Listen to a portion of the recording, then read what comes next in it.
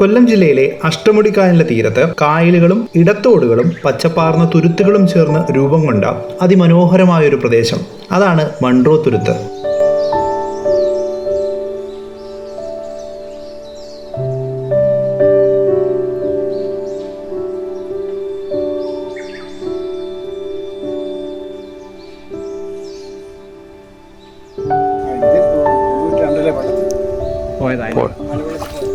വെള്ളം പൊങ്ങും അത്രയൊക്കെ ഇല്ലയോ? ഇപ്പൊ കുഴപ്പമുണ്ടോ? വേലിയേറ്റം കുറവുണ്ടോ? അതാണ് മലവെള്ളത്തെക്കാളും വലിയ വേലിയേറ്റമായിരുന്നില്ലേ? ആണോ? ഇപ്പോഴും അതുപോലെ വേലിയേറ്റം ഉണ്ട്. വൈകിട്ട് വേലിയേറ്റത്തിന് കുറവൊന്നുമില്ല. സുനാമി വന്നില്ലയോ? അതിനുശേഷം നല്ല വേലിയേറ്റമാണെന്ന് പറഞ്ഞിട്ട്. ഭയങ്കര വേലിയേറ്റം.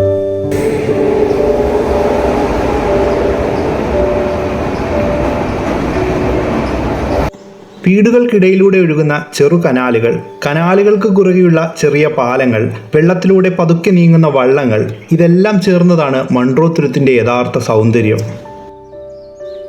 മൺട്രോയിലെത്തുന്നവർ കാണാതെ മടങ്ങുന്ന കുറച്ച് കാഴ്ചകളുണ്ട്. ആ കാഴ്ചകളാണ് നമ്മൾ ഇന്നത്തെ വീഡിയോയിൽ ഉൾപ്പെടുത്തിയിരിക്കുന്നത്. പിന്നീട് പൊന്മാൻ സിനിമയിലെ കുറച്ച് ഷൂട്ടിംഗ് ലൊക്കേഷനുകളും. കൊല്ലം ഭരണിക്കാവ് പാതയിലെ ചിറ്റുമലയിലാണ് നമ്മൾ എത്തിച്ചേർന്നിരിക്കുന്നത്. ചിറ്റുമലയിൽ നിന്നാണ് നിലവിൽ കരമാർഗം മൺട്രോ തുരുത്തിലേക്ക് പോകാൻ സാധിക്കുന്നത്. ചിറ്റുമലയിൽ നിന്നല്ലാതെ റോഡിലൂടെ നമുക്ക് നമ്മുടെ സ്വന്തം വാഹനത്തിൽ മൺട്രോ തുരുത്തിലേക്ക് പോകാൻ സാധിക്കില്ല. അതല്ല എങ്കിൽ പെരുമണ്ണിൽ നിന്നുള്ള ജങ്കാർ സർവീസ് ആശ്രയിക്കണം. കേരളത്തിലെ ഏത് ജില്ലയിൽ നിന്നും വളരെ എളുപ്പത്തിൽ ചിറ്റുമലയിലേക്ക് എത്തിച്ചേരാം. പലർക്കും കേട്ടുകേൾവിയില്ലാത്ത സ്ഥലമാണെങ്കിലും കൊല്ലം ജില്ലയിലെ ശാസ്താംകോട്ടയ്ക്കും ഭരണിക്കാവിനും കുണ്ടറയ്ക്കുമൊക്കെ അടുത്തായിട്ട് വരുന്ന ഒരു പട്ടണമാണ്. ഇടിയക്കടവിലേക്കാണ് എത്തിച്ചേർന്നിരിക്കുന്നത്. മൺട്രോ തുരുത്ത് ഒരു തുരുത്താണെന്ന് നമുക്കറിയാം. ആ തുരുത്തിലേക്ക് നമ്മളെ കണക്ട് ചെയ്യുന്ന ഏക പാലമാണ് ഇടിയക്കടവ് പാലം. അടിയിലൂടെ ഒഴുകുന്നത് കല്ലടയാറാണ്. മൺട്രോ തുരുത്തിലെ ബാങ്ക് ജംഗ്ഷനിലേക്കാണ് നമ്മൾ എത്തിച്ചേർന്നത്. ഇവിടെ നിന്ന് ഇടത്തേക്കും വലത്തേക്കും നമുക്ക് മൺട്രോ തുരുത്തിലേക്ക് പോകാം. ഇതൊരു റിംഗ് റോഡ് പോലെയാണ്. മൺട്രോ തുരുത്തിനെ ചുറ്റി വരുന്ന ഒരു റോഡാണ്. നമ്മളിന്ന് മൺട്രോ തുരുത്തിലെ മിക്ക സ്ഥലങ്ങളിലേക്കും പോകുന്നുണ്ട്. ആദ്യം നമ്മൾ പോകുന്നത് മൺട്രോ തുരുത്തിന്റെ പടിഞ്ഞാറൻ മേഖലയിലേക്കാണ്, പെരിങ്ങാലം.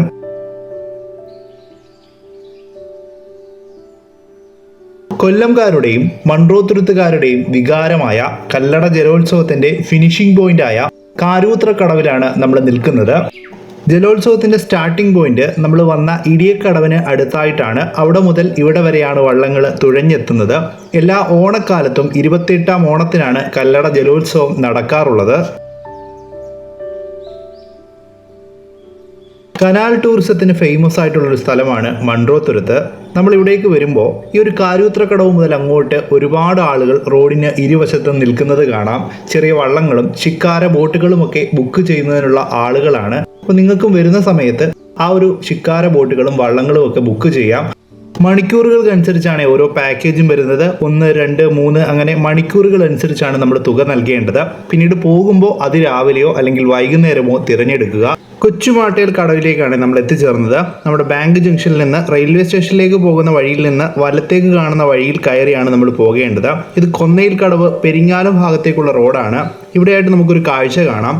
കൊന്നയിൽ കടവിൽ നിന്ന് പെരിങ്ങാലത്തേക്ക്, അതായത് മൺട്രോ തുരുത്തിലെ ഒരു ചെറിയ ദ്വീപാണ് പെരിങ്ങാലം, ചുറ്റും വെള്ളമാണ്. ആ ഒരു ദ്വീപിലേക്ക് പുതിയതായിട്ടൊരു പാലം വരുന്നുണ്ട്, കൊന്നയിൽ കടവ് പാലം. ഊരാളുങ്കലാണ് കൊന്നയിൽ കടവ് പാലം നിർമ്മിക്കാനായിട്ട് ടെൻഡർ എടുത്തിട്ട് ഇവിടെ ഇങ്ങനെ ഒരു ജങ്കാർ സർവീസ് തുടങ്ങാൻ കാരണം നമ്മൾ ഈ പോകുന്ന വഴിയിൽ കണ്ണങ്കാട്ട് എന്ന് പറഞ്ഞൊരു റെയിൽവേ പാലമുണ്ട്. ആ പാലം കടന്നിട്ട് വേണം നമ്മൾ പെരിങ്ങാലം ഭാഗത്തേക്ക് അല്ലെങ്കിൽ കൊന്നയിൽ കടവ് ഭാഗത്തേക്ക് പോകാനായിട്ട്. അപ്പോൾ റെയിൽവേ അതുവഴി ഭാരവാഹനങ്ങൾ കടന്നു പോകാനായിട്ട് അനുവദിക്കില്ല. അതുകൊണ്ട് തന്നെ നമ്മുടെ ഊരാളുങ്കൽ ഇവിടെയായിട്ട് ജങ്കാർ സർവീസ് തുടങ്ങി സാധന സാമഗ്രികളെല്ലാം ഇവിടെ കൊണ്ടുവന്നിട്ട് പതുക്കെ ജങ്കാറിലാണ് അവിടേക്ക് കൊണ്ടുപോകുന്നത്. ഇതാണ് നമ്മൾ പറഞ്ഞ കണ്ണങ്കാട്ട് റെയിൽവേ പാലം. കായംകുളം സൈഡിൽ നിന്നൊക്കെ കൊല്ലം തിരുവനന്തപുരം ഭാഗത്തേക്കൊക്കെ പോകുമ്പോൾ നമ്മൾ കല്ലടപ്പുഴ എന്ന് പറഞ്ഞൊരു ബോർഡ് കാണാറുണ്ട്. അത് ഈ ഒരു കണ്ണങ്കാട്ട് പാലത്തിൻ്റെ അടുത്താണ് വെച്ചിരിക്കുന്നത്. നമ്മൾ ആ പാലത്തിൻ്റെ താഴെയായിട്ടാണുള്ളത്. നേരെ പോയാൽ നമ്മൾ പെരിങ്ങാലത്തിൻ്റെ ഇപ്പുറത്തെ സൈഡിൽ കൊന്നയിൽ കടവിൻ്റെ ഒരു ഭാഗത്തേക്കാണ് പോകുന്നത്. നമുക്ക് എന്തായാലും ഈ കണ്ണങ്കാട്ട് പാലത്തിൻ്റെ കുറച്ച് കാഴ്ചകളൊന്ന് കണ്ടിട്ട് പോകാം. പാലത്തിൻ്റെ ഇപ്പുറത്തെ സൈഡ് മൺട്രോ തുരുത്തും അപ്പുറത്തെ സൈഡ് പടിഞ്ഞാറേ കല്ലടയുമാണ്. കോതപുരം ഭാഗമൊക്കെയാണ് അപ്പുറത്തുള്ളത്. നമ്മുടെ സിനിമയിൽ ഒരുപാട് രംഗങ്ങൾ ഈ ഒരു പാലത്തെ പശ്ചാത്തലമാക്കി എടുത്തിട്ടുണ്ട്.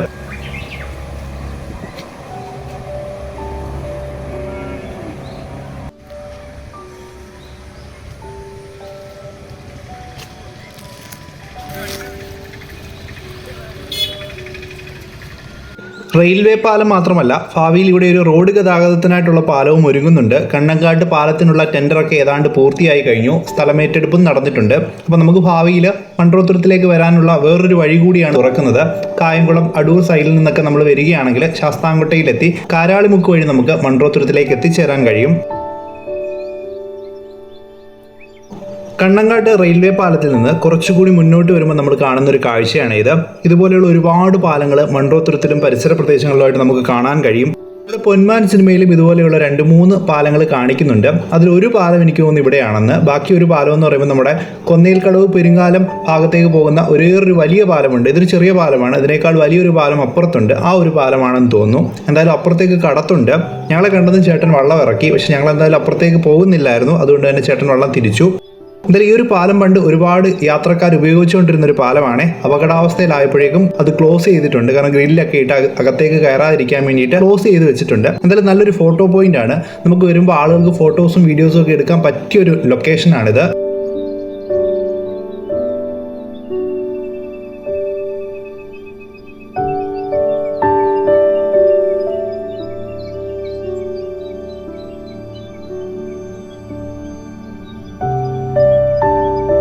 തിരിച്ച് വീണ്ടും കണ്ണങ്കാട്ട് റെയിൽവേ പാലത്തിൻ്റെ അടുത്തേക്ക് എത്തിച്ചേർന്നിട്ടുണ്ട്. ഇവിടെ നിന്ന് ഇനി വലത്തേക്ക് കാണുന്ന ആ ഒരു വഴിയാണ് നമുക്ക് പോകേണ്ടത്. അതാണ് കൊന്നേൽക്കടവ് പെരുങ്ങാലം ഭാഗത്തേക്ക് പോകുന്ന റോഡ്. ഒരൽപ്പം മോശമാണ്, പക്ഷേ കാഴ്ചകൾ അതിമനോഹരമാണ്. മൺട്രോത്തുരുത്തിൻ്റെ കാണാത്ത കുറേ കാഴ്ചകൾ നമുക്ക് ഈ ഒരു റൂട്ടിൽ കാണാൻ സാധിക്കും. കാരണം നമ്മളെല്ലാം വരുമ്പോൾ ആദ്യമേ പോകുന്നത് പ്രധാനമായിട്ടും എസ് വളവ്, പേഴുംതുരുത്ത് അതുപോലെയുള്ള സ്ഥലങ്ങളിലേക്കാണ്. കൂടുതൽ ആളുകളും റോഡ് മോശമായതുകൊണ്ടാണോ എന്നറിയില്ല ഇവിടേക്ക് വരാറില്ല. പക്ഷേ ശരിക്കുള്ള മൺട്രോയുടെ കുറച്ച് കാഴ്ചകൾ നമുക്കിവിടെ കാണാൻ സാധിക്കും. ഒരുപാട് കനാലുകളും ഒരുപാട് കണ്ടൽ ചെടികളും ഒക്കെ ഉള്ളൊരു റൂട്ടാണിത്. ഈ ഒരു പെരിങ്ങാലം വരെയുള്ള റോഡ് നമ്മുടെ ഭാവിയിൽ എന്തായാലും ഡെവലപ്പ് ചെയ്യും. കാരണം അവിടെയായിട്ടാണ് പാലം വരുന്നത്. ആ ഒരു സമയത്ത് ഏറ്റവും കൂടുതൽ സഞ്ചാരികൾ വരുന്ന ഒരു ലൊക്കേഷനായിട്ട് ഈ ഒരു ഭാഗം മാറും.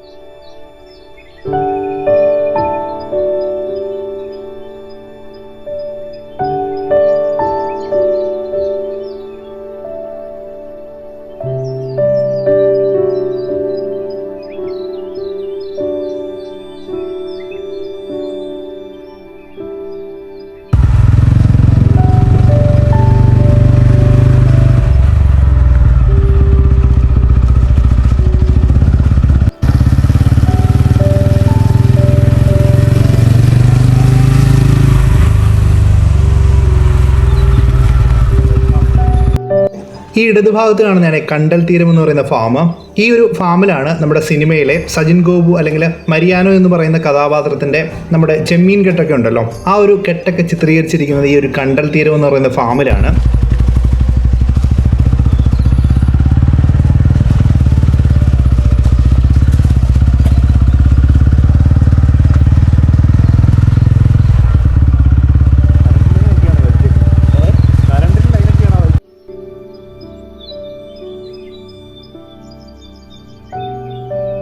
നല്ല അടിപൊളി കാഴ്ചകളല്ലേ? നമുക്ക് ഒരു നിമിഷം പോലും കണ്ണെടുക്കാൻ തോന്നില്ല. അതുപോലെയുള്ള കാഴ്ചകളാണ്. വേണമെങ്കിൽ നമുക്ക് ഈ റോഡിനെ സിനിമാ റോഡെന്ന് പറയാം. നമ്മളെ കണ്ട കണ്ടൽ തീരം ഫാമ് മുതൽ ഈ കൊന്നേൽക്കടവ് വരെ ഒരുപാട് രംഗങ്ങൾ പൊന്മാൻ സിനിമയിൽ ചിത്രീകരിച്ചിട്ടുണ്ട്. പിന്നീട് നമുക്ക് എല്ലാം കൂടി കാണിക്കാൻ പറ്റില്ല, കാരണം കോപ്പിറൈറ്റ് അടിച്ച് വീഡിയോ പൂട്ടി പോകും. അതുകൊണ്ട് തന്നെ നമ്മൾ കുറച്ച് ഭാഗങ്ങൾ മാത്രമേ കാണിക്കുന്നുള്ളൂ. നമ്മളിപ്പോൾ എത്തിച്ചേർന്നിരിക്കുന്ന സ്ഥലത്തിൻ്റെ പേരാണ് ഈ കൊന്നേൽക്കടവ്. ഇവിടെ വരെ റോഡുള്ളൂ. ഈ കാണുന്ന പുഴയുടെ അപ്പുറത്താണ് നമ്മുടെ പെരിങ്ങാലം ദ്വീപ് വരുന്നത്. പുഴയെന്ന് പറയുമ്പോൾ ഇത് കല്ലടയാറിൻ്റെ ഒരു ബ്രാഞ്ചാണ്. എന്തായാലും നമുക്ക് ഈ ഒരു കൊന്നേൽക്കടവിലെ കാഴ്ചകളൊക്കെ ഒന്ന് കാണാം. നമ്മുടെ പൊന്മാൻ സിനിമയിലെ ഏറ്റവും പ്രധാനപ്പെട്ട ഒരു ലൊക്കേഷൻ കൊന്നേൽക്കടവിലാണുള്ളത്. അതായത് നമ്മുടെ സജിൻ ബാബു സിനിമയിലെ മരിയാനോ എന്ന കഥാപാത്രത്തിൻ്റെ വീടായിട്ട് കാണിക്കുന്ന വീടുള്ളത് നമ്മുടെ കൊന്നേൽക്കടവിലാണ്. നമ്മളെന്തായാലും വീട്ടിനുള്ളിലേക്ക് പോകുന്നില്ല, കാരണം അവിടെ ഒരുപാട് ആളുകളൊക്കെ താമസിക്കുന്ന വീടാണ്. അവരുടെ പ്രൈവസി നമ്മൾ മാനിക്കേണ്ടതുണ്ട്. അതുകൊണ്ട് തന്നെ വളരെ ദൂരെ നിന്ന് നമ്മൾ ആ വീടൊന്ന് നോക്കി കാണാം.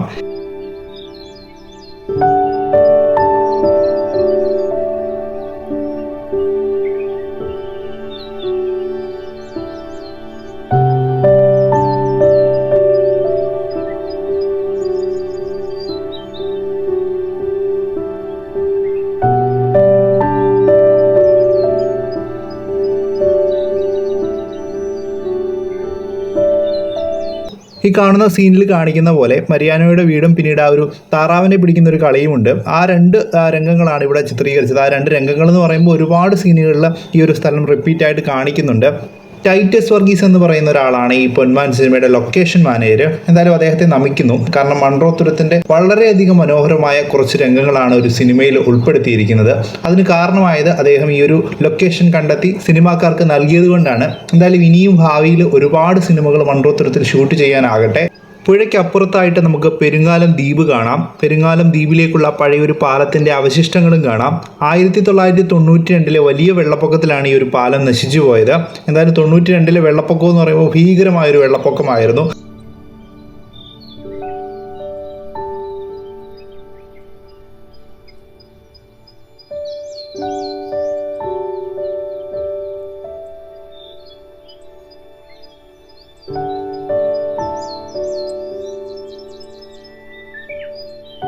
പെരുങ്ങാലം ദ്വീപിൽ നിന്ന് കൊന്നയിൽ കടവിലേക്കുള്ള കടത്ത് സർവീസാണ് ഇത്. ഇതുപോലെയുള്ള ചുരുക്കം ചില ഗതാഗത മാർഗങ്ങൾ മാത്രമേ ഇവർക്ക് പുറം ലോകവുമായിട്ട് ബന്ധപ്പെടാനായിട്ടുള്ളൂ. പിന്നീട് നമ്മുടെ പെരുങ്ങാലത്തിന്റെ അപ്പുറത്തെ സൈഡിലൊരു ധ്യാന കേന്ദ്രമുണ്ട്. അവിടെയായിട്ടൊരു ബോട്ട് ജെട്ടിയുണ്ട്. അവിടെ ബോട്ട് വരാറുണ്ട്. അതുകൂടാതെ പല സ്ഥലങ്ങളിലും ഇതുപോലെയുള്ള കടത്ത് വള്ളങ്ങളുണ്ട്. ഇത് മാത്രമാണ് പെരുങ്ങാലം നിവാസികൾക്ക് പുറം ലോകവുമായി ബന്ധപ്പെടാനുള്ള മാർഗങ്ങൾ.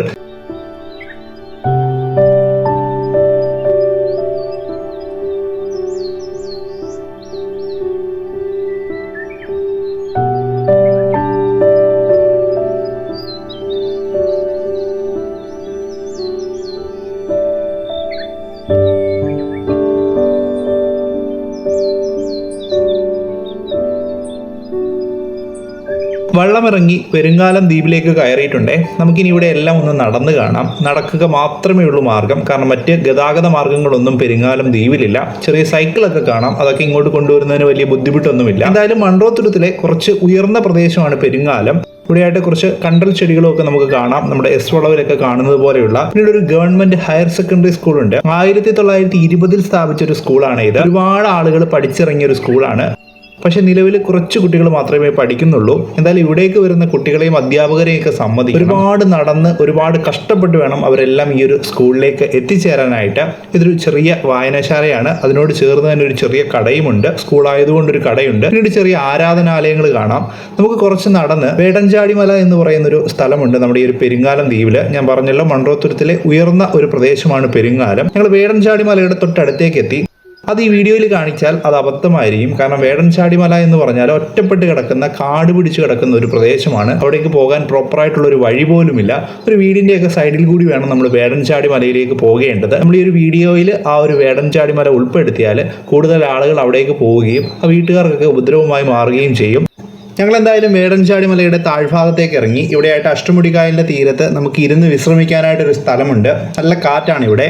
ഞങ്ങൾ ആ വേടൻചാടിമലയിലേക്ക് പോകുന്ന വീടിൻ്റെ സമീപത്തെത്തിയപ്പോൾ ഞങ്ങളുടെ കൂടെ കൂടിയ ആളാണ്. ആദ്യം ഞങ്ങളൊന്ന് പേടിച്ചു. കാരണം ഇനി എന്തെങ്കിലും കടിക്കാനോ കുരയ്ക്കാനോ ഒക്കെ വരികയാണെന്ന് കരുതി ഞങ്ങൾ ജസ്റ്റ് ഒന്ന് നോക്കി. പിന്നീട് ഞങ്ങൾ ഈ മലയിറങ്ങി താഴെ വന്നപ്പോഴാണ് മനസ്സിലായത് പാലക്കയായിട്ട് നമ്മളോടുള്ള സ്നേഹം പ്രകടിപ്പിക്കുകയാണ്. എനിക്ക് തോന്നുന്നു ഇവിടെയും മറ്റ് ആളുകൾ വരാറുണ്ടെന്ന് തോന്നുന്നു സ്ഥിരമായിട്ട്. അപ്പോൾ അവർ ആഹാരമൊക്കെ കൊടുക്കുമെന്ന് തോന്നുന്നു. ഞങ്ങളുടെ കയ്യിൽ എന്തായാലും ആഹാരമൊന്നും കൊടുക്കാനുണ്ടായിരുന്നില്ല. ഇയാൾ മാത്രമല്ല, കൂട്ടുകാരായിട്ട് 2-3 ആളുകൾ കൂടി ഉണ്ടായിരുന്നു. എന്തായാലും നല്ലൊരു പ്രദേശമാണ്. ഇവിടേക്ക് വന്നിരിക്കാനായിട്ട് നല്ല രസമാണ്. പക്ഷെ നല്ല വിജനമായ ഒരു പ്രദേശമാണ്. അപ്പോൾ വരുന്നവർ അതൊക്കെ ശ്രദ്ധിക്കുക. ഈ കാണുന്ന പടികൾ കയറിയിട്ടാണ് നമ്മൾ വേടൻചാടി മലയിലേക്ക് പോകുന്നത്. പിന്നീട് പെരുങ്ങാലം ദ്വീപിലേക്കും നമ്മൾ വന്ന വഴിയിൽ. പിന്നീട് നമ്മൾ പൊതുവായിട്ട് കേട്ടിട്ടുള്ള ഒരു കാര്യമുണ്ട്. കല്ലടയാറിൻ്റെ എക്കലടിഞ്ഞിട്ടാണ് മൺട്രോ തുരുത്ത് ദ്വീപ് ഉണ്ടായതെന്ന്. പക്ഷെ ഞാൻ ഈ ഒരു പെരുങ്ങാലം ദ്വീപിൽ വന്ന സമയത്ത് ഇവിടെയെല്ലാം ഒരുപാട് ലാറ്ററൈറ്റ് മണ്ണ് കാണാനിടയായി. ലാറ്ററൈറ്റ് മണ്ണും ലാറ്ററൈറ്റ് കല്ലുകളുമെല്ലാം ഒരുപാട് കാലമെടുത്താണ് ഉണ്ടാകുന്നത്.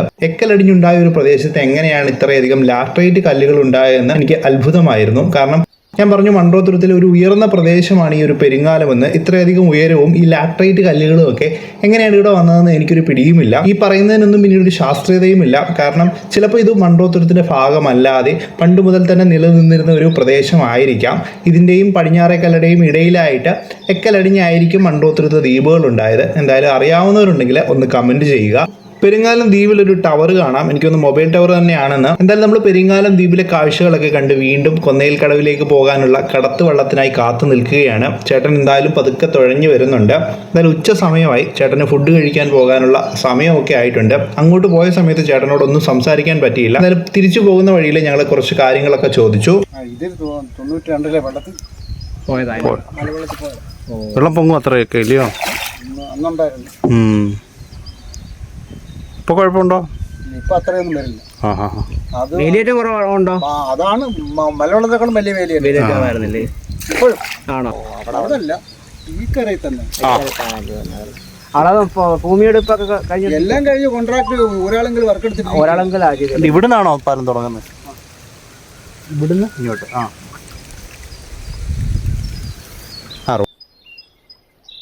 മൺട്രോത്തുരുത്തിലെ ജനങ്ങൾ വേലിയേറ്റം കൊണ്ട് എത്രത്തോളം ബുദ്ധിമുട്ട് അനുഭവിക്കുന്നുണ്ട് എന്നതിൻ്റെ ഏറ്റവും വലിയ ഉദാഹരണമാണ്. പണ്ട് ഞാൻ വരുമ്പോൾ ഈ ഒരു ഭാഗത്തെല്ലാം ഒരുപാട് വെള്ളം കിടപ്പുണ്ടായിരുന്നു. ഇപ്പോൾ ആ വെള്ളം എല്ലാം ഇറങ്ങിക്കിടക്കുകയാണ്. എപ്പോൾ വേണമെങ്കിലും വെള്ളം കയറാം ഇറങ്ങാം എന്നൊരവസ്ഥയാണ് നിലവിൽ മൺട്രോത്തുരുത്തിലുള്ളത്. കേണൽ മൺട്രോയുടെ പേരാണ് മൺട്രോത്തുരുത്ത് ദ്വീപിന് നൽകിയിരിക്കുന്നത്. കേണൽ മൺട്രോയുടെ നേതൃത്വത്തിൽ പണ്ട് ഒരുപാട് കൃഷി നടത്തിയിരുന്ന ഒരു സ്ഥലമായിരുന്നു മൺട്രോത്തുരുത്ത്. പക്ഷേ ഇപ്പോഴത്തെ ഈ വേലിയേറ്റവും ഉപ്പുവെള്ളത്തിൻ്റെ കയറ്റവും മൂലം കൃഷിയൊക്കെ ഇല്ലാതായി കഴിഞ്ഞു.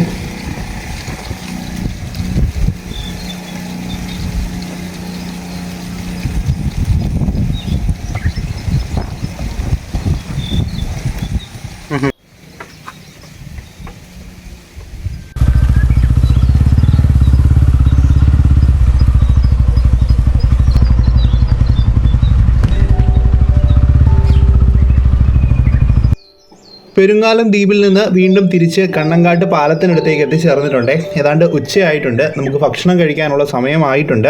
നമുക്ക് എന്തായാലും എസ് വളവിൻ്റെ ഭാഗത്തേക്ക് പോകാം. മൺട്രോയിൽ കൂടുതലായിട്ട് ഹോട്ടലുകൾ കാണപ്പെടുന്നത് എസ് വളവിനടുത്തായിട്ടാണ്. അതുകൊണ്ട് തന്നെ നമുക്ക് അവിടേക്ക് തന്നെ പോകാം. അപ്പോൾ ഈ വളവൊന്ന് ഓർത്ത് വെച്ചോണേ. ഇതാണ് കൊച്ചുമാട്ടിയൽ കടവ്. നമ്മൾ രാവിലെ വന്നത് ഇടതുവശത്തു നിന്നാണ്, നമ്മുടെ മൺട്രോത്തുരുത്ത് ബാങ്ക് ജംഗ്ഷനിൽ നിന്ന്.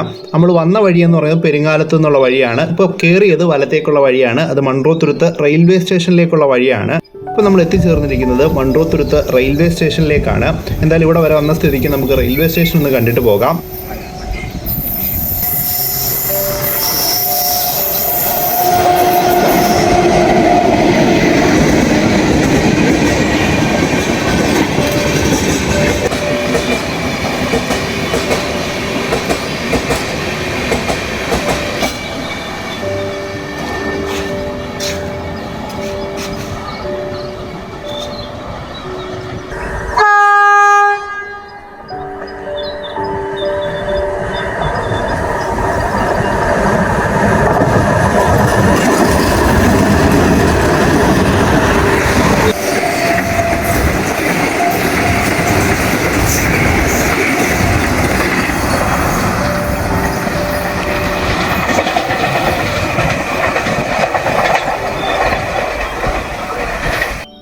കണ്ണടച്ച് തുറക്കും മുമ്പേ വന്ദേഭാരത് സ്റ്റേഷൻ വിട്ടു. തിരുവനന്തപുരം മംഗലാപുരം വന്ദേഭാരതാണെന്ന് തോന്നുന്നു രണ്ടാമത്തേത്. അതിനാണല്ലോ ഓറഞ്ച് കളറുള്ളത്. എന്തായാലും നമുക്ക് സ്റ്റേഷനിൽ നിന്ന് പുറത്തേക്ക് പോകാം. ഇപ്പം നമ്മൾ എത്തിച്ചേർന്നിരിക്കുന്നത് മൺട്രോത്തുരുത്തിലെ എക്സ്ചേഞ്ച് ജംഗ്ഷനിലേക്കാണ്. ഇവിടെ നിന്ന് ഇടത്തേക്ക് പോയാൽ എസ് വളവിലേക്കും വലത്തേക്ക് പോയാൽ പെഴുന്തുരുത്തിലേക്കും പോകും. ഇടത്തേക്ക് തിരിഞ്ഞ് നമ്മൾ ഒരു റെസ്റ്റോറൻറ്റിലേക്ക് എത്തിച്ചേർന്നിട്ടുണ്ട്. നല്ല വിശപ്പായി തുടങ്ങിയായിരുന്നു. കൗണ്ട് ഓഫ് മൺട്രോ എന്നാണ് ഈ ഒരു റെസ്റ്റോറൻറ്റിൻ്റെ പേര്. ഇതിനു മുമ്പ് ഒരു തവണയാണ് ഞാൻ ഇവിടെ വന്നിട്ടുള്ളത്. അന്ന് കുറച്ച് സീ ഫുഡ് ഐറ്റം ഒക്കെ ട്രൈ ചെയ്തായിരുന്നു. ഇവിടെ ഒരുപാട് സീ ഫുഡ് ഐറ്റം ഒക്കെ കിട്ടും. അന്ന് ഒരുപാട് ഫോറിനേഴ്സ് ഒക്കെ ഇവിടെ ഇരിക്കുന്നത് കണ്ടുകൊണ്ട് കയറിയതാണ്. എന്തായാലും അന്ന് ഞങ്ങൾക്ക് തോന്നി കുറച്ച് കോസ്റ്റ്ലി ആണെന്ന്. പക്ഷെ ഞാൻ പിന്നീട് ചിന്തിച്ചു നല്ല ഫുഡാണ് കൊടുക്കുന്നതെങ്കിൽ കുറച്ച് പൈസ ആയാലും കുഴപ്പമില്ല. അങ്ങനെ പിന്നീട് ഞാൻ വീണ്ടും ഇവിടെ ഒന്ന് കയറിയത്. എന്തായാലും ഇന്നും നല്ല ഫുഡ് തന്നെയായിരുന്നു. ഞങ്ങൾ 2 ഊണും ഒരു ബീഫ് കറിയുമാണ് വാങ്ങിയത്. 500 രൂപയാണ് ആയത്. 150 രൂപയുടെ 2 ഊണാണെന്ന് തോന്നുന്നു. ആ ഊണിനകത്ത് പിന്നെ ചെറിയൊരു മീൻകറി വരുന്നുണ്ട്. കേരച്ചൂരി എന്തോ ആണ്. പിന്നീട് റെസ്റ്റോറൻറ്റിൻ്റെ പരിസരവും ഓക്കെയാണ്. നമുക്ക് ഇരുന്ന് വിശ്രമിക്കാനുള്ള സ്ഥലങ്ങളൊക്കെ ഉണ്ട്. സ്റ്റാഫിൻ്റെ പെരുമാറ്റവും, സ്റ്റാഫ് എന്ന് പറയാൻ പറ്റില്ല, അവരുടെ വീടിനോട് ചേർന്നുള്ള ആ ഒരു റെസ്റ്റോറൻ്റാണ്. അവർ വീട്ടുകാർ തന്നെയാണ് നടത്തുന്നത്. അവരുടെ പെരുമാറ്റവും വളരെ നല്ലതാണ്. പിന്നീട് മൺട്രോത്തുരുത്തി വരുമ്പോൾ ഓരോ തവണയും ഓരോ സ്ഥലത്താണ് കയറുന്നത്. വ്യത്യസ്തമായ രുചി എവിടെ നിന്നാണ് കിട്ടുന്നതെന്ന് അറിയില്ല. അതുകൊണ്ട് തന്നെ ഇങ്ങനെ മാറി പരീക്ഷിച്ചുകൊണ്ടിരിക്കും. നമ്മൾ വീണ്ടും എക്സ്ചേഞ്ച് ജംഗ്ഷനിലേക്ക് എത്തിച്ചേർന്നിട്ടുണ്ട്. ഇനി നമുക്ക് പോകേണ്ടത് പേഴുന്തുരുത്തിലേക്കാണ്. പേഴുന്തുരുത്ത് എന്ന് പറയുമ്പോൾ നമ്മുടെ മൺട്രോത്തുരുത്തിൻ്റെ അവസാന പോയിന്റ് എന്ന് വേണമെങ്കിൽ പറയാം. കാരണം ഇനി അതില്ല. കാരണം ആ പേഴുന്തുരുത്തിൽ നിന്നാണ് പെരുമൺ പാലം വരുന്നത് പെരുമണിലേക്ക്. അപ്പോൾ പിന്നീട് ഈ മൺട്രോത്തുരുത്തിൻ്റെ അവസാന പോയിന്റ് നമുക്ക് പേഴുന്തുരുത്തിനെ പറയാൻ സാധിക്കില്ല. നിലവിലെ അവസാന പോയിന്റായ പേഴുന്തുരുത്തിലേക്ക് പോകുന്ന വഴിയാണ്. ഇവിടെയായിട്ടൊരു ബോർഡ് കാണാം, സെൻറ് മേരീസ് പള്ളി ഇടച്ചാൽ. ഇതൊരു ഡച്ച് പള്ളിയാണ്. വളരെ പഴക്കമുള്ള മൺട്രോത്തുരുത്തിലെ ഒരു ഫേമസ് പള്ളിയാണ്. ഈ ഒരു പള്ളിയും നമ്മുടെ സിനിമയിലെ ഒരു ലൊക്കേഷനാണ്. അങ്ങനെ ഈ കാണുന്ന റോഡിലൂടെ നമ്മൾ അകത്തേക്ക് കയറി. പക്ഷേ ഇതല്ല ശരിയായിട്ടുള്ള വഴി. ഇതെന്ന് പറഞ്ഞു കഴിഞ്ഞാൽ നേരെ റെയിൽവേ ട്രാക്കിലേക്കാണ് ചെന്ന് എത്തുന്നത്. ട്രാക്കിന് തൊട്ട് മുൻപായിട്ട് വണ്ടി പാർക്ക് ചെയ്തിട്ട് ആളുകൾ നടന്ന് പള്ളിയിലേക്ക് പോകാറുണ്ട്. ഇവിടുത്തെയുള്ള ആളുകൾ കൂടുതലായിട്ട് അങ്ങനെയാണ് പോകുന്നത്. പിന്നീട് നമുക്ക് നമ്മുടെ പള്ളിയുടെ മുന്നിലേക്ക് വാഹനം കൊണ്ടുപോകാം. അത് ഞാൻ കാണിച്ചു തരാം. ഇപ്പം ആദ്യം ഈ ഒരു വഴി കാണിച്ചു തരാം. ഇവിടെയായിട്ട് നമുക്ക് നമ്മുടെ വണ്ടി പാർക്ക് ചെയ്യാം. പിന്നീട് ഇവിടെയായിട്ട് റെയിലിലെ വഴി അടച്ചു വെച്ചിട്ടുണ്ട്, വണ്ടികളൊന്നും അകത്തേക്ക് കയറ്റാതിരിക്കാൻ വേണ്ടിയിട്ട്. അതുകൊണ്ട് തന്നെ ഇവിടെ ആളുകൾ വണ്ടി പാർക്ക് ചെയ്യാറുണ്ട്.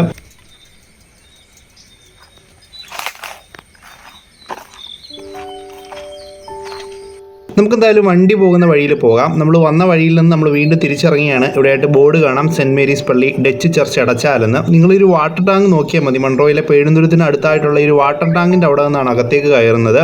ഇനി നമ്മൾ തിരിയുന്ന വഴി ശ്രദ്ധിച്ചോണേ. ഇവിടെയായിട്ട് ഗൗരി ഇലക്ട്രിക്കൽ എന്ന് പറഞ്ഞൊരു കടയുണ്ട്. ഈ ഒരു ശങ്കർ സിമെൻറ്റിൻ്റെ പരസ്യമൊക്കെ ഉള്ളത്. പേഴുന്തുരുത്ത് പാലം എത്തുന്നതിന് തൊട്ട് മുമ്പാണ് ഈ കടയുള്ളത്. ഈ കടയുടെ അവിടുന്ന് അകത്തേക്ക് ഒരു വഴിയുണ്ട് തൊട്ട് മുന്നിൽ നിന്ന്. ആ വഴിയിലേക്ക് കയറുക. അതും ട്രാക്കിലേക്ക് തന്നെയാണ് ചെന്ന് കയറുന്നത്. പക്ഷേ ട്രാക്കിനകത്തേക്കല്ല, അതിന് പാരലായിട്ട് അകത്തൂടെ ഒരു വഴിയുണ്ട്. ആ വഴിയിലൂടെയാണ് നമ്മൾ ട്രാക്ക് ക്രോസ് ചെയ്യാൻ പോകുന്നത്. അതായത് നമ്മുടെ ട്രാക്കിൻ്റെ അപ്പുറത്താണ് പള്ളി. അപ്പോൾ എങ്ങനെയായാലും നമുക്ക് ട്രാക്ക് ക്രോസ് ചെയ്യണം. ട്രാക്ക് ക്രോസ് ചെയ്യാനുള്ള ഏക വഴി എന്ന് പറയുമ്പോൾ ഇവിടെ ഒരു അണ്ടർ പാസ് ഉണ്ട്. നമ്മുടെ ഇടച്ചാലിലെ പാലത്തിനടിയിലൂടെ ഒരു അണ്ടർ പാസ് ഉണ്ട്. ആ വഴിയിലൂടെയാണ് നമ്മൾ അപ്പുറത്തേക്ക് പോകുന്നത്. റോഡ് ഒരല്പം മോശമാണ്, പക്ഷേ ഇതുവഴി കാറും ഓട്ടോയൊക്കെ പോകുന്നത് ഞാൻ കണ്ടിട്ടുണ്ട്. നമ്മൾ നേരെ ചെന്നെത്തുന്നത് എടച്ചാൽ പാലത്തിൻ്റെ അടിയിലേക്കാണ്. എടച്ചാൽ പാലം നമുക്ക് പേഴുന്തുരുത്തിലേക്ക് പോകുന്ന വഴിയിൽ കാണാൻ സാധിക്കും. എന്തായാലും ഓടിച്ചു പോകുമ്പോൾ ശ്രദ്ധിക്കുക, നല്ല സ്പീഡൊന്നും എടുത്ത് വരരുത്. നേരെ ഫ്രണ്ടിലായിട്ട് കായലാണുള്ളത്. ഇപ്പം നമ്മൾ എത്തിച്ചേർന്നിരിക്കുന്നത് എടച്ചാൽ റെയിൽവേ പാലത്തിനടുത്തേക്കാണ്. ഇവിടെ നിന്ന് ട്രെയിൻ പോകുന്ന കാഴ്ചയൊക്കെ അതിമനോഹരമാണ്.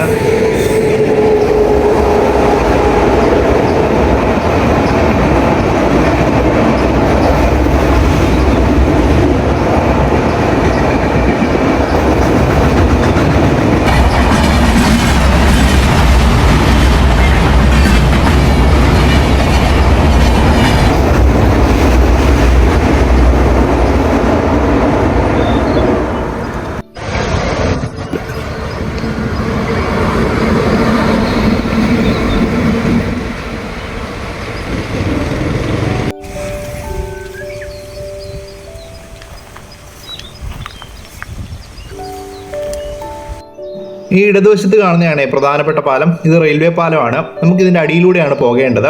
നമുക്ക് വേണമെങ്കിൽ ഈ കായലിൻ്റെ അപ്പുറത്തെ സൈഡിൽ വരാം. അത് നമ്മുടെ മെയിൻ പാലത്തിൻ്റെ അവിടെ നിന്ന് താഴോട്ട് ഇറങ്ങി ആ ഒരു ഭാഗത്തേക്ക് എത്തിച്ചേരാൻ കഴിയും. അവിടേക്ക് നിന്ന് കാഴ്ചകൾ കാണാൻ അതിമനോഹരമാണ്.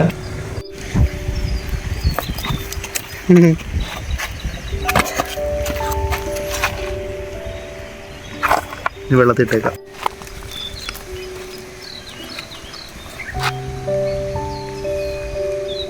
വേണ്ട, അത് കൊളുത്തി പിടിച്ചിട്ടുണ്ട്, അങ്ങ് പൊക്കിയെടുത്താൽ മതി.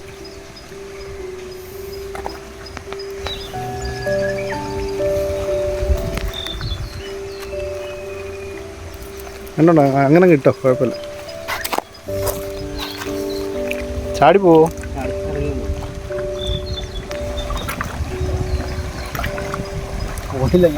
താഴെ വെക്കാം, അതങ്ങ് ഇറങ്ങിക്കോളൂ. അതിന് വെള്ളം ഇഷ്ടമല്ലെന്ന് തോന്നുന്നു. ഇറങ്ങി ഇറങ്ങി ഇറങ്ങി ഇറങ്ങി. ആ, ഇവിടെ ഒരുപാട് ഞണ്ടും കക്കയും ഒക്കെ ഉണ്ടേ. നമ്മൾ ചില ദിവസങ്ങൾ വരുമ്പോൾ ഇവിടെ നിന്ന് ആളുകൾ കക്ക വരുന്നത് കാണാം. പിന്നീട് നിങ്ങൾ കേട്ടിട്ടുണ്ടോ എന്ന് അറിയില്ല, ഇതുവഴി ആന ക്രോസ് ചെയ്ത് അമ്പലത്തിലേക്ക് പോകാറുണ്ട്. അതായത് ഈ ഒരു കായൽ ഇറങ്ങി ക്രോസ് ചെയ്ത് അപ്പുറത്തേക്ക് പോകാറുണ്ട്. അതിവിടെയാണ് നടക്കുന്നത്, ഈ പേഴുന്തുരുത്തിലാണ്.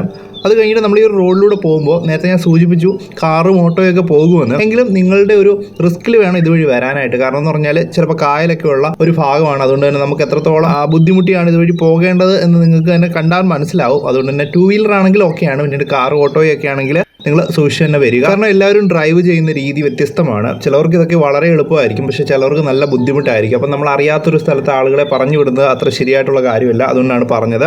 നമ്മൾ നേരത്തെ വന്ന ആ ഒരു സ്ഥലമാണ് ഇപ്പോൾ കണ്ടത്. നമ്മൾ നേരെ ക്രോസ് ചെയ്ത് ഇപ്പുറത്തേക്ക് വന്നു. നമ്മൾ റെയിൽവേ ട്രാക്ക് മുറിച്ച് കടന്നതേ ഇല്ല. അതിന് പകരമായിട്ട് നമ്മൾ റെയിൽവേയുടെ അണ്ടർ പാസ് വഴിയാണ് ഇവിടേക്ക് എത്തിച്ചേർന്നത്. ഇവിടെ നിന്ന് നമുക്ക് ട്രെയിനൊക്കെ പോകുന്നത് കാണാം.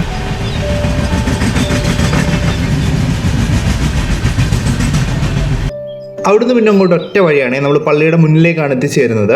അപ്പോൾ ഇതാണ് നമ്മുടെ ഡച്ച് പള്ളി. ഏറെ പഴക്കമുള്ളൊരു പള്ളിയാണ്. മൺട്രോത്തുരുത്തിൽ എത്തുന്ന എല്ലാ ആളുകളും ഇപ്പോൾ ഈ ഒരു പള്ളി സന്ദർശിച്ചതിന് ശേഷം മാത്രമേ മടങ്ങി പോകാറുള്ളൂ.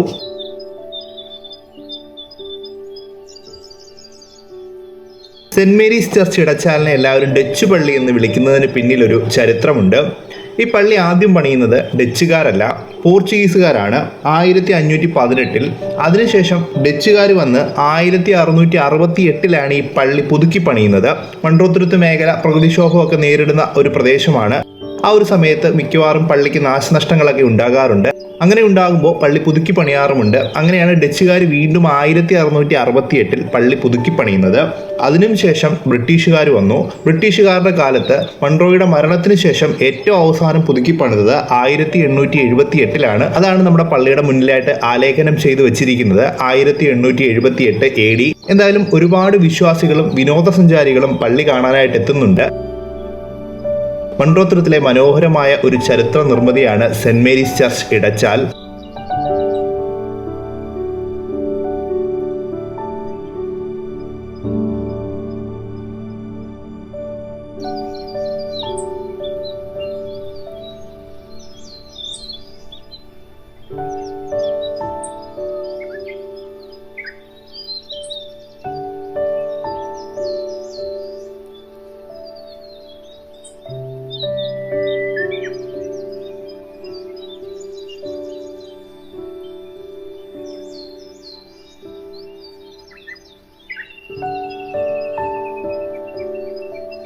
പൊന്മാൻ സിനിമയിലെ ക്ലൈമാക്സിനോടനുബന്ധിച്ചുള്ള ഒരു രംഗം ചിത്രീകരിച്ചിരിക്കുന്നതും ഇവിടെയാണ്. ഈ കാണുന്ന രംഗമാണ് ചിത്രീകരിച്ചത്.